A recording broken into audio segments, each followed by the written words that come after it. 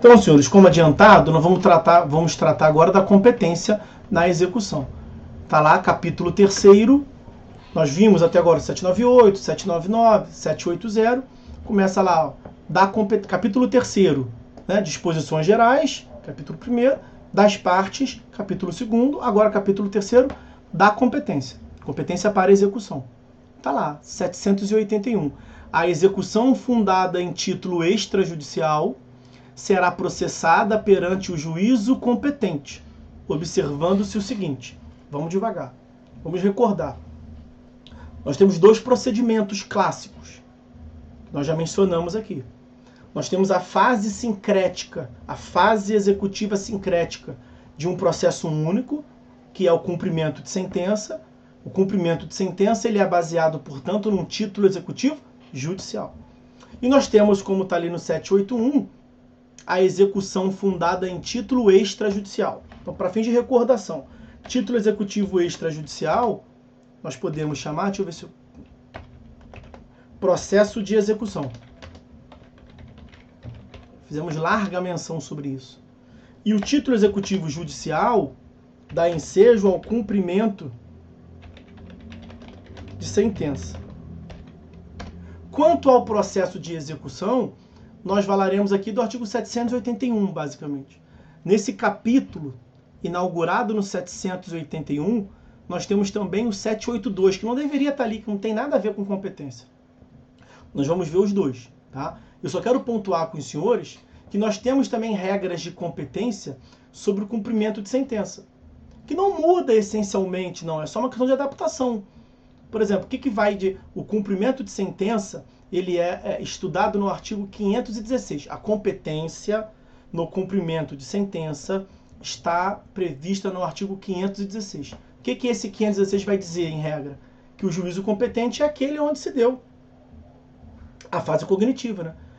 O cumprimento de sentença não é a continuação de uma fase pretérita? Então, a regra geral lá é que se continue no mesmo juízo. Mas nós falaremos disso melhor depois.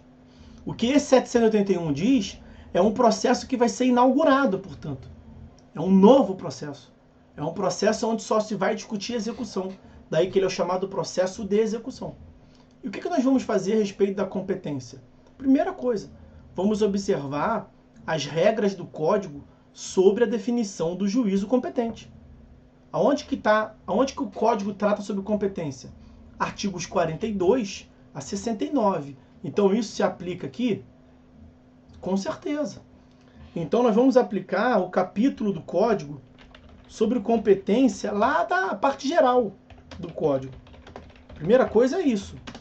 E aonde que lá na parte geral se trata de competência, como eu lhes disse? Artigos, a partir do artigo 42. Sendo mais preciso, artigos 42 ao 69. E quais são os critérios que determinam a competência no juízo civil? Matéria, pessoa, função, valor da causa, território. Matéria, pessoa, função, valor da causa e território. Esses são os 5 critérios clássicos de definição da competência. Então, você está com uma nota promissória para executar. Vai ser no juízo criminal ou no juízo civil? Quanto à matéria. Você vai fazer uma análise. O seu devedor é a fazenda pública? Tem vara de fazenda pública no local? Então tem que ser na vara de fazenda pública. Não, o meu devedor é uma pessoa natural. Não é na vara de fazenda pública. Então aí você vai distinguindo, você vai aprofundando a análise. Quanto à matéria, quanto à pessoa, quanto à função, quanto ao valor da causa e quanto ao território. Matéria, pessoa e função, competência absoluta. O valor da causa e território, competência relativa. E a distinção entre elas, uma admite prorrogação, a outra não. Uma pode ser declarada de ofício a qualquer tempo, a outra não, depende de provocação e por aí vai. Né? Matéria, pessoa e função, critérios absolutos de definição da competência. Valor da causa e território, critérios relativos de determinação da competência. Sabendo isso, olha o 781. A execução fundada em título extrajudicial, que dará início ao novo processo, será processada perante o juízo competente. Qual é o juízo competente? Meu filho, vai lá no 42169. Observando-se o seguinte, e aí ele traz o 781, que tem de especialidade. Na verdade, vamos fazer a análise desses incisos aqui, ó. Incisos 1º ao 5º. O legislador também não foi muito feliz aqui na escolha, na redação. Mas vamos lá. Então você vai seguir a princípio o capítulo do Código sobre competência, esses critérios, matéria, pessoa, função, valor da causa e território, mas vai observar essas especialidades aqui. Inciso 1º. A execução poderá ser proposta no foro de domicílio do executado, no foro de eleição do título, ou ainda no foro de situação dos bens a ele sujeito, a ela sujeito, sujeitos à execução. Então vejam que do ponto de vista territorial, nós temos mais de uma opção. Qual é a regra geral lá do artigo 46 da competência territorial? As demandas serão propostas no foro de domicílio do réu. E aí vem 47, vai dizer lá da competência absoluta territorial, né? Nas demandas reais e imobiliárias, é no foro de situação da coisa. Regra geral isso lá. Aqui o que o legislador está dizendo é que pode o exequente escolher, portanto, tanto demandar no foro de domicílio do executado, ou no foro de eleição do título, se houver, ou no foro de situação dos bens que se submetem, que se sujeitam àquela obrigação constante do título. A doutrina diverge aqui, por exemplo, posso citar, a doutrina majoritária fala que é isso mesmo, como está na lei. Mas o professor Daniel Assunção Amorim Neves, por exemplo, olhando para esse inciso 1º, vai falar assim, poxa, mas não pode ser tão opcional assim, né? Porque se tiver uma eleição, se tiver um pacto válido entre os sujeitos, foro de eleição, constante do título, na verdade o autor não pode escolher nada. Porque as partes convencionaram. Qualquer demanda decorrente dessa obrigação, nós vamos demandar em tal lugar. O que adianta a parte prever isso e depois poder optar? Porque como a lei está dizendo ali, seria ou no foro de domicílio do executado, ou no foro de eleição, ou no foro de situação, do verbo que o autor escolhe que ele vai fazer.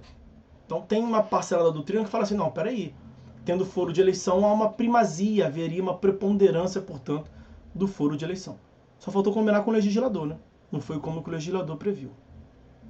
Inciso 2º, tendo mais de um domicílio, o executado poderá ser demandado no foro de qualquer um deles. Aí aqui uma densificação de uma regra que já tinha lá na parte geral.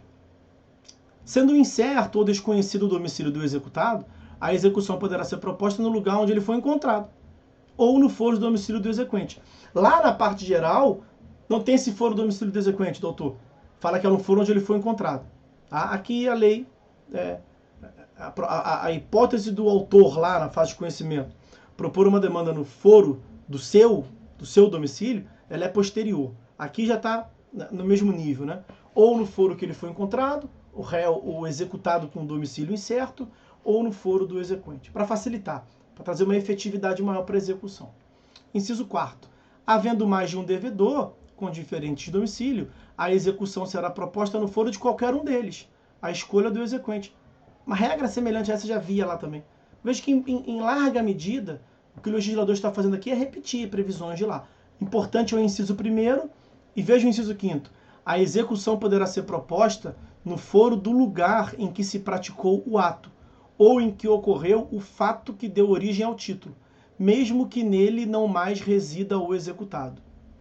Então, mesmo que tiver ocorrido uma mudança, o que na verdade, o que o sistema processual quer é que o juízo exequente, o juízo que vai executar, o juízo competente da execução, esteja perto do local do fato. Esteja o mais perto possível do local do fato. Então, eu destacaria o inciso 1º e o inciso 5º. O inciso 5º ele também repete um pouco o que já constava lá da parte geral, tá? Mas ele tem uma previsão importante. Mesmo que tenha havido mudança de residência do executado, continua competente aquele juiz, aquela localidade, se naquela localidade tivesse sido praticado o ato que ensejou o título ou ter ocorrido o fato que ensejou o título. Tá? Então, sobre o processo de execução, título executivo extrajudicial, o que importa é isso. Vai analisar essencialmente os artigos 42 a 69, que trata dos critérios, das regras a respeito da competência, e com essas sutilezas aí do 781 e os seus incisos. Ok? Aí nós vamos passar... Não, antes de tratarmos do 782, que não tem nem a ver propriamente com a execução, eu quero ver o 516. 516, como eu lhes disse,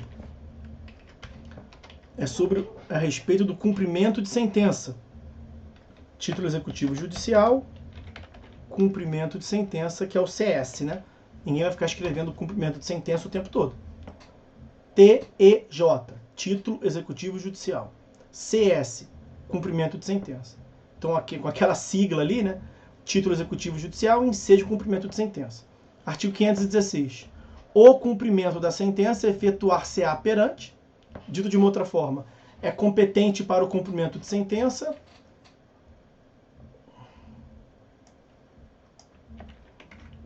inciso 1º, os tribunais, nas causas de sua competência originária. Então começou lá em cima, no tribunal. O tribunal julgou. Quem é que vai executar? O próprio tribunal. É uma competência originária do tribunal. O processo começou lá em cima. Então quem tem que executar é o próprio juízo que proferiu a decisão. Né? Inciso 2º. Até agora está seguindo a lógica que eu passei para os senhores esse tempo todo. O juízo que decidiu a causa no primeiro grau de jurisdição. E inciso 3º é uma hipótese um pouco mais excepcional que nós veremos para frente quando estudo os títulos executivos, que é o juízo civil competente. Veja, não falou o mesmo juízo, né? Não o juízo que formou o título. Falou o juízo civil competente. Quando se tratar de sentença penal condenatória, sentença penal condenatória é um título executivo judicial, mas não foi formada pelo juízo civil. Então não vai ser o mesmo juízo civil que vai prosseguir. Porque quem começou e quem formou aquele título, sentença penal condenatória, foi o juízo criminal. O juízo criminal não pode executar, ele manda para o juízo civil, então. Então você vai para um livre distribuição, com aquelas regras lá, matéria, pessoa, função, competência. O juízo civil competente. Não apenas quando o título executivo judicial for a sentença penal condenatória. Também quando for a sentença arbitral, a sentença estrangeira, acórdão proferido pelo Tribunal Marítimo.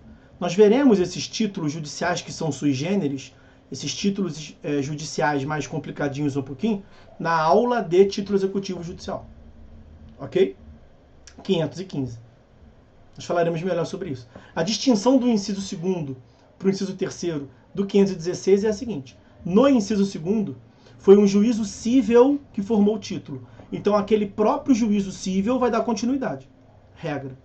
Inciso 3º, não foi o juízo cível. O juízo competente para executar é um juízo cível. Mas quem formou o título não foi ele, foi um coleguinha dele, foi um juiz criminal. O juiz criminal não pode executar no âmbito civil, ele vai executar a pena. Para executar, para agredir patrimônio, é o juízo civil. Então, o que ele faz lá no crime? Ele para ali e manda a cópia para cá, para um juízo civil. Na verdade, a parte interessada, né? Porque a jurisdição é inerte. A parte interessada vai extrair cópias de lá, vai trazer para um juízo civil. Então, vai ter que levar a livre distribuição. Uma sentença civil, para não ficar no criminal. Uma sentença civil formada nos bens que estão. E o patrimônio, o que se quer executar de patrimônio está no Brasil. Pode a parte optar, ao invés de começar o processo lá e mandar carta rogatória para cá, solicitar um auxílio internacional, a parte pode optar por começar um processo de execução, um cumprimento de sentença, que vai executar uma sentença do, sei lá, eu falei o que, os bens que estão, ela pode fazer isso aqui? Pode. Então não vai ser o juízo civil que formou, porque o juízo civil que formou está lá nos bens que estão. Vai ser um juízo civil brasileiro, que não formou o título, mas mesmo assim é um título judicial. Ok? Falaremos melhor sobre os títulos judiciais adiante. Aqui é a lógica sobre competência. Então, regra geral. No tribunal, se for da competência originária. Nos próprios juízos cíveis, se começou no juízo civil. Ou em dois juízos cíveis, que vai ter distribuição, se o título foi formado em outro lugar que não no mesmo juízo civil. Ali, no inciso 1º, só fazer uma menção quanto aos tribunais, o que eu não posso deixar de tratar, existe a figura da delegação executiva parcial. O que é a delegação executiva? Assim como pode o tribunal, por uma carta de ordem, determinar, por exemplo, que se pratique a prova, que se produza a prova no juízo originário porque ele, tribunal, não tem estrutura, não está tão perto dos fatos. Ele dá ordem para que um juízo civil da instância originária produza a prova testemunhal, sei lá, e remeta depois para ele. Esse tribunal pode também determinar que juízos cíveis pratiquem a execução. Agora, veja, não é qualquer tribunal. Essa é uma previsão clássica do STJ e do STF, que estão lá em Brasília. Então, ali no inciso 1º, vocês coloquem ali um asterisco, que é o que se chama de delegação executiva parcial. Não transfere-se tudo sobre a execução, né? A competência para apreciar atos decisórios dessa execução é dos tribunais competentes. Aqui é uma delegação parcial, por quê? Porque é uma delegação para a prática de atos materiais. Tá? STF e STJ, delegação executiva parcial. Beleza? Tá visto aí o 516. Ah, não. Ainda no 516. Então, quanto ao inciso 1º, tem esse parênteses aí da delegação executiva parcial. Quanto ao inciso 2º, mais um inciso 2º, quanto ao inciso 2º, eu disse que a regra é a continuação no próprio juízo civil. Então, a demanda que começou na 18ª Vara Civil. A 18ª Vara Civil processou, instruiu toda a fase de conhecimento e julgou. Formou o título executivo. Quem vai julgar, quem vai executar aquele título executivo judicial formado na 18ª Vara Civil? Inciso 2º, a própria 18ª Vara Civil. O próprio juízo civil. Agora, olha o parágrafo único, importantíssimo. Nas hipóteses dos incisos 2º e 3º, o exequente poderá optar pelo juízo do atual domicílio do executado, vírgula, pelo juízo do local onde se encontram os bens sujeitos à execução, ou pelo juízo do local onde deva ser executada a obrigação de fazer ou de não fazer. Casos em que, nesses 3 casos, casos em que a remessa dos autos do processo será solicitado ao juízo de origem. Então temos uma regra geral, que é a manutenção no próprio juízo civil, e 3 hipóteses excepcionais, a escolha do exequente. Então imagine que aquela sentença da 18ª Vara Civil, ela pode, do Rio de Janeiro, né, aí do Rio de Janeiro, ela pode ser executada aí na 18ª Vara Civil do Rio de Janeiro? Pode, essa é a regra. Né? E o que o artigo 42 nos diz? Não sei se os senhores se lembram do artigo 42. Deixa eu ver se eu pego ele aqui. É da perpetuatio jurisdicionis. Que tá lento aqui. Mentira, 43. Artigo 43. Vou trazer aqui para vocês. Determina-se a competência no momento da redistribuição. E o que ele diz ali? Independente, sendo irrelevante as modificações posteriores. Isso é o que se chama de perpetuatio jurisdicionis. Perpetuatio jurisdicionis, que é a perpetuação da jurisdição, né? Mas tecnicamente é a perpetuação da competência. O que esse 43 está te dizendo? Se você propôs a ação na 18ª Vara Civil, porque o réu tinha domicílio no Rio de Janeiro, se no meio desse processo, na fase de conhecimento, esse réu viesse mudar, sei lá, para Tocantins, esse réu viesse mudar para Minas Gerais, o processo que começou no Rio vai continuar no Rio? Vai. Porque aquele juízo, a 18ª Vara Civil, perpetua sua competência. Pouco importa mudanças posteriores, como a mudança de endereço do domicílio do réu. Ok? Ok, isso é a regra.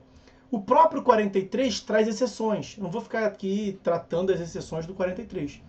Mas o 516, parágrafo único, ele é, portanto, uma outra exceção a essa perpetuação da jurisdição, que a própria lei diz, é em outro momento, né? Mas então o 516, parágrafo único, é uma exceção ao 43. Nós estamos vendo ali uma regra de exceção da chamada perpetuatio jurisdicionis, perpetuação da jurisdição. Lembra aquela mudança de endereço, mudança fática, que pouco importa para o processo? É na fase cognitiva. Porque na fase... Isso é uma novidade do Código de 2015, tá? É uma inovação. Então veja que é algo importante. Porque quando do início da fase executiva, o exequente pode optar. Ah, excelência, você da 18ª Vara Civil, aí é o seguinte. Quando eu propus essa demanda, o réu se mudou e foi, sei lá, para Minas Gerais. Durante a fase de conhecimento, não muda a competência. Você, 18ª Vara Civil, continua sendo o juízo competente. Aí você julgou, não é? Pois bem, você condenou o réu a me pagar 100 mil reais. Só que aqui no Rio de Janeiro ele não tem nada. Ele não está mais aqui. Já tem anos que ele não tem domicílio aqui, nem pessoal, nem profissional, nada. Ele acabou suas atividades aqui. Ele não tem patrimônio aqui. Eu como autor, como exequente, eu posso continuar aqui no juízo originário 18ª Vara Civil do Rio de Janeiro. Mas isso não é conveniente para mim, porque a execução não é um ato de constrição patrimonial. Nós não vamos chegar a uma execução forçada, independentemente da vontade dele. Então eu tenho que estar perto dele.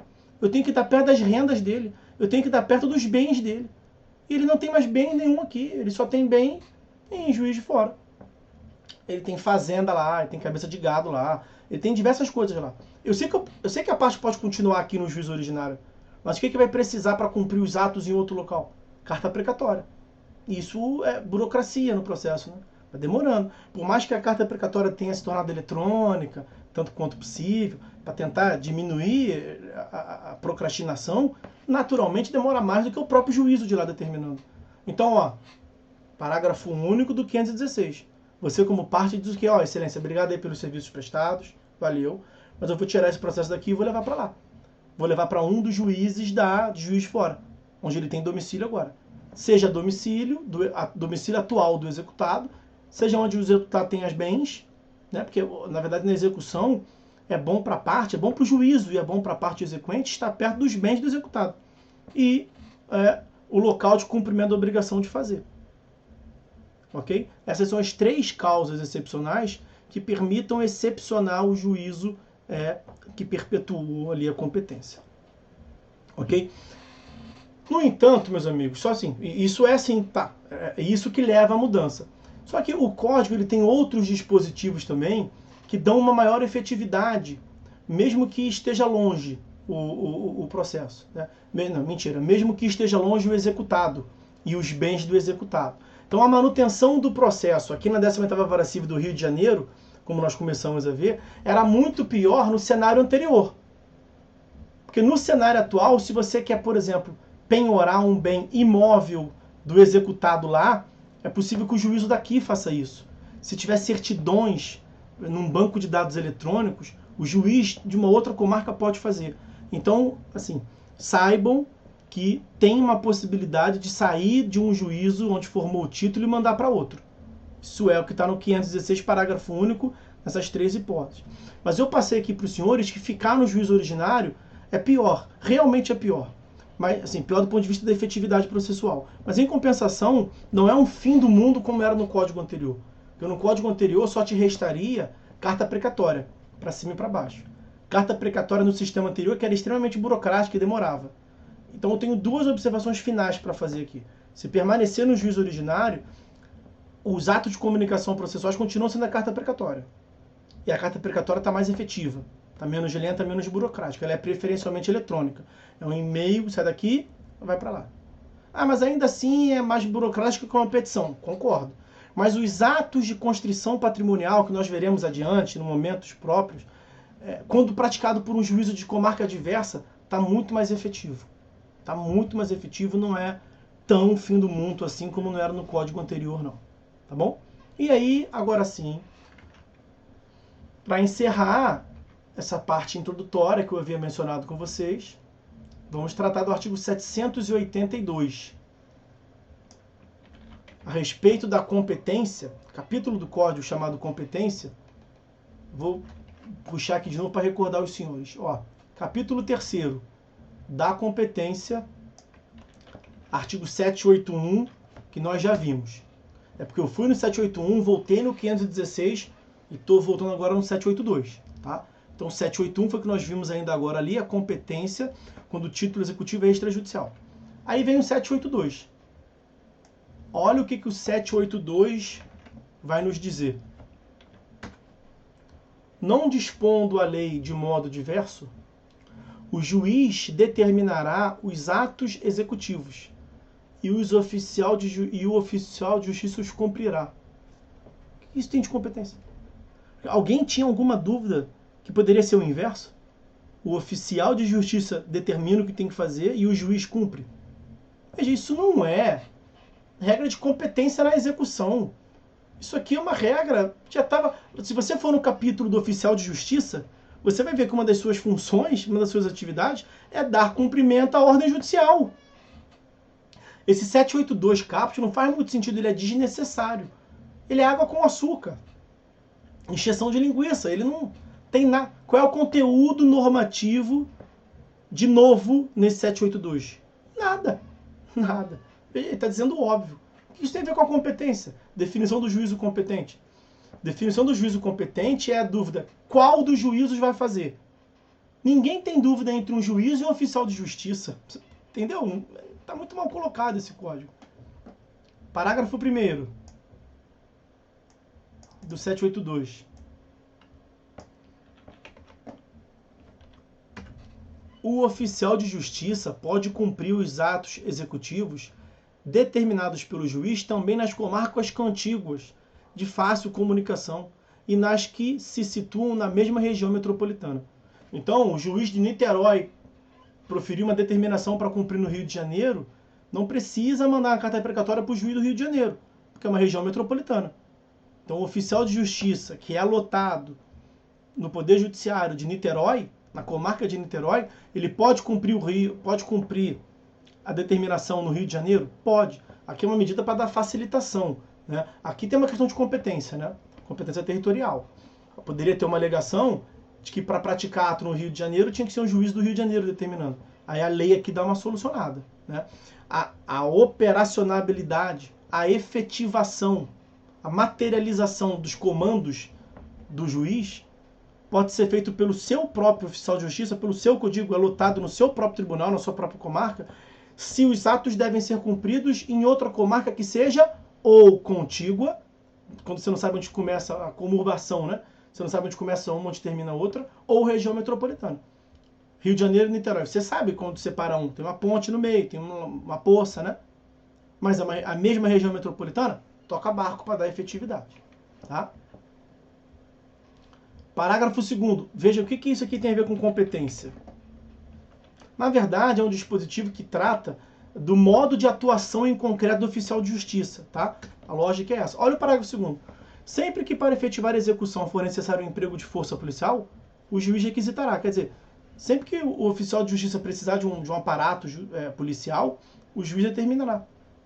Não tem muito tempo, lá na Procuradoria do Município, tinha que cumprir uma determinação judicial lá em Manguins.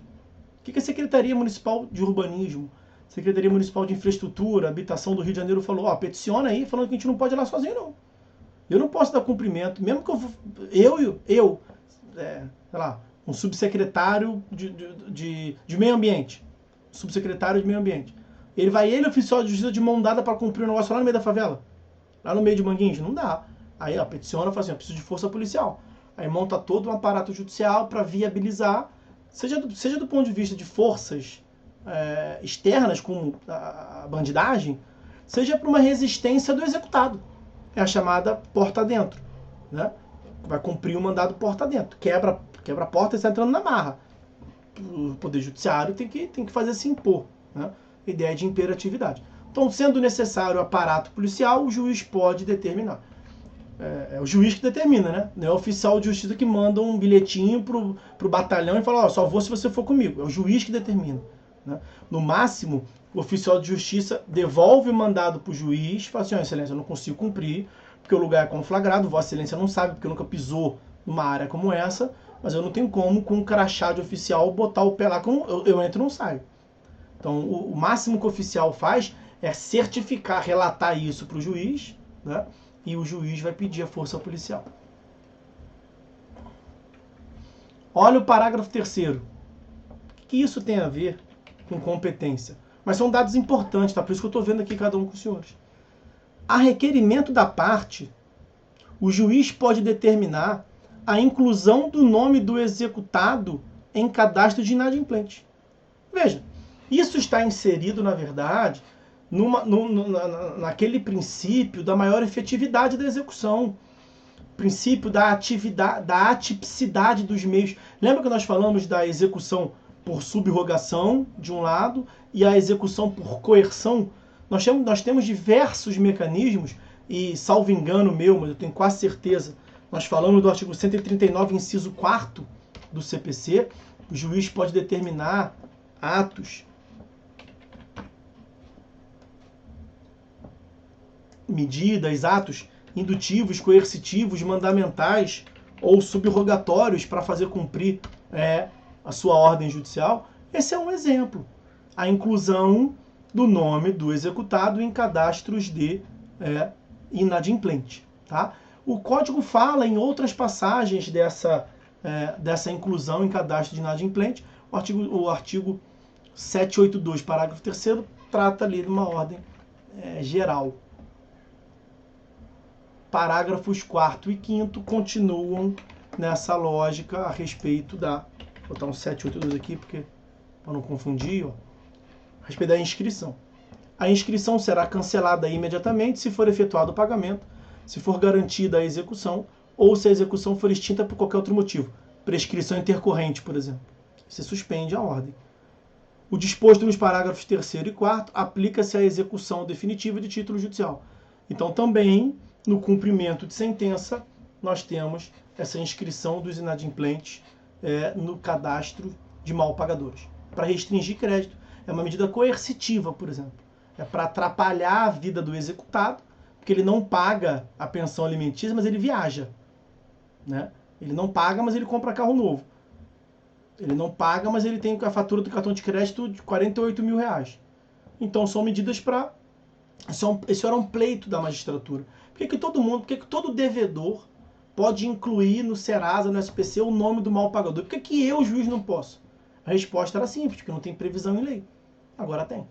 Agora o juiz, vendo descumprido uma decisão sua, pode determinar, a requerimento da parte, a inclusão. Tá? Esse a requerimento da parte, eu só faria uma ressalva ali, uma observação com os senhores, a respeito da satisfação da obrigação de pagar alimentos. Porque na obrigação de pagar alimentos, uma das providências é essa aí também, suja o nome do devedor de alimentos. Eu mencionei isso aqui ainda agora. O cara não paga alimentos, mas viaja para o mundo todo. Na execução da obrigação de pagar alimentos, a parte não precisa pedir. O juiz pode determinar a inclusão de ofício. Tá? O juiz pode determinar essa inclusão de ofício. Tá? O STJ, a respeito desse 139, inciso 4º, acho que cabe falar aqui, eu acho até que foi uma decisão recente. Eu acho que foi depois que eu falei com os senhores desse 139, inciso 4º. O STJ, ele tem um entendimento recente no sentido de que essas medidas atípicas, salvo engano, alguém perguntou aqui, como a apreensão do passaporte, a apreensão da CNH, até mesmo a inscrição, ela não deve ser a primeira hipótese. Né? Então o juiz deve esgotar a tentativa de execução tradicional, e aí não encontrando bens, por exemplo, tendo dificuldade, tendo alguma objeção por parte do executado, aí é que ele pensa nessas medidas que extrapolam a regulamentação normal, a regulamentação típica dos atos executivos. Tá? Isso foi uma decisão nova. E tem um outro julgado que é específico, também recente, final do ano passado, começo desse ano, não sei bem, mas específico nessa inscrição de inadimplentes, e esse julgado falou que a determinação judicial não depende, não precisa, portanto, de uma negativa do Serasa. Porque nesse julgado, o que o executado alegou? Falou, excelência, eu não estou discutindo que você pode determinar a negativação do meu nome. A minha discussão aqui, quer dizer, foi uma construção inteligente do advogado. A minha discussão aqui é de interesse de agir, necessidade. A parte exequente está se utilizando da boa vontade de Vossa Excelência sem nem ter tentado. Ela poderia ter incluído espontaneamente. Então a forma como eu, o executado dizendo, né? A forma como eu sugiro a interpretação desse dispositivo é que Vossa Excelência não pode fazer de início, porque a parte não pode ficar acomodada. Ela tem que tentar administrativamente, ela tem que provar para Vossa Excelência que ela tentou incluir no SPC Serasa e não conseguiu. Só depois disso você pode incluir meu nome no SPC ou no Serasa. E um dos juízes, eu não sei se foi o juiz originário ou o tribunal, embarcou na dele. Falou assim, não, a parte não pode se aproveitar, o juiz não pode sair por aí fazendo O juiz não pode se tornar advogado da parte, resumidamente é isso.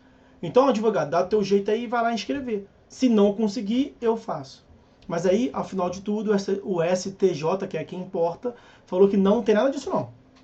Que essa medida, portanto, do 782, parágrafos 3º, 4º e 5º, que consiste no pedido da parte para que o juiz inclua no cadastro de restrição ao crédito, não depende de uma prévia negativa do órgão administrativo. Não depende, portanto, de uma prévia tentativa frustrada da própria parte incluir. Ok? Beleza? Então é isso que nós deveríamos ver a respeito da competência. E tem coisa aí que nem é tão competência assim, né?